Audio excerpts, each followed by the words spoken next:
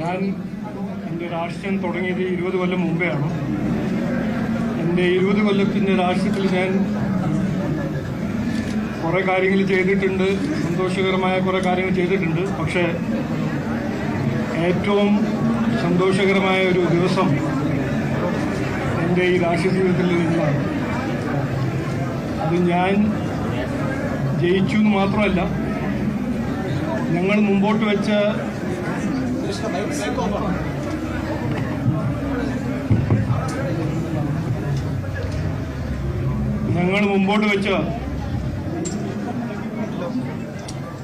Narendra Modi ji inspire ചെയ്ത ഈ വികസിത കേരളം എന്നൊരു കാഴ്ചപ്പാടിന് ജനങ്ങൾ പിന്തുണ തന്നു 3 MLA-മാരെ ജയിപ്പിച്ച്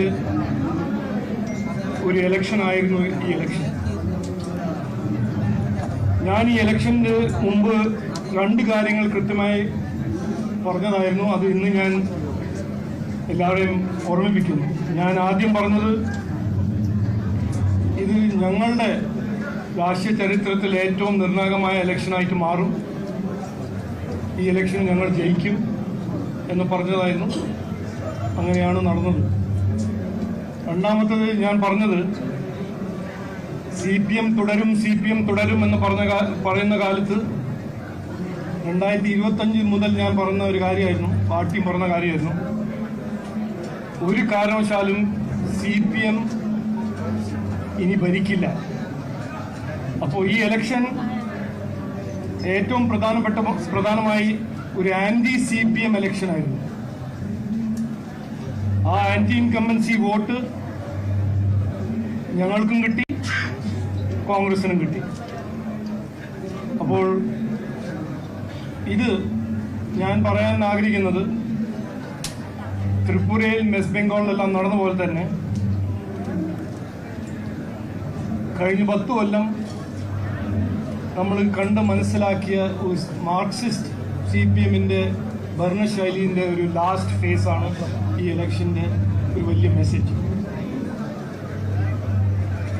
പിന്നെ ഈ 5 ഇലക്ഷൻ നമ്മൾ നോക്കിയാൽ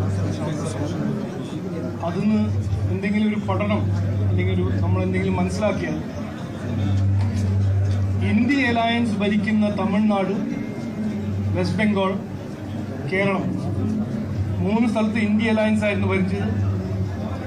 ആ 3 സ്ഥലത്തും DMK ആണോ TMC ആണോ CPM ആണോ ജനങ്ങൾ അവരെ തോൽപ്പിച്ചു. അതേസമയം NDA-ന്റെ ഭരണശൈലിയും NDA-ന്റെ ഭരണവും NDA-ന്റെ വികസനവും നടപ്പിലാക്കുന്ന ആസാമും പുതുച്ചേരിയിൽ ഒരു പ്രോ ഇൻകംബൻസി മാൻഡേറ്റ് അവിടുത്തെ NDA സർക്കാരിന് കിട്ടിയിട്ടുണ്ട്.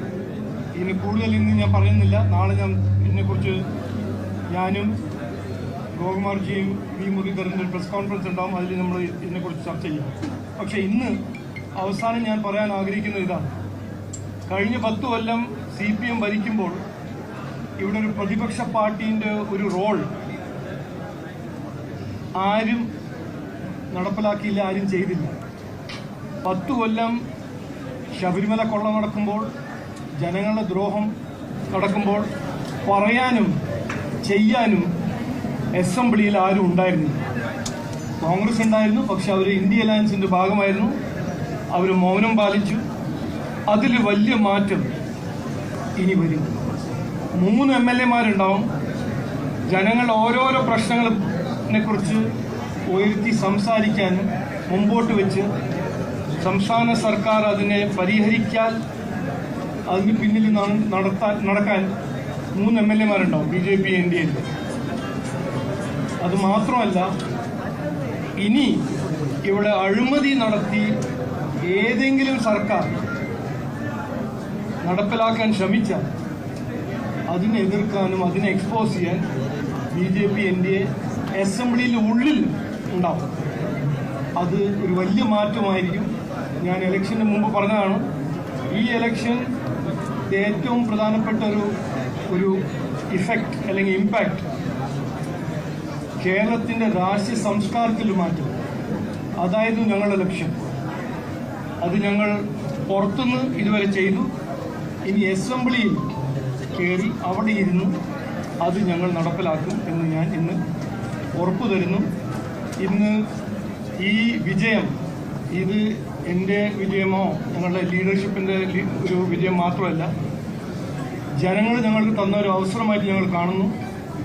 അപ്പോൾ എല്ലാവരോടും ഞാൻ നന്ദി പറയാൻ ആഗ്രഹിക്കുന്നു. അതിനൊപ്പം പ്രവർത്തകർ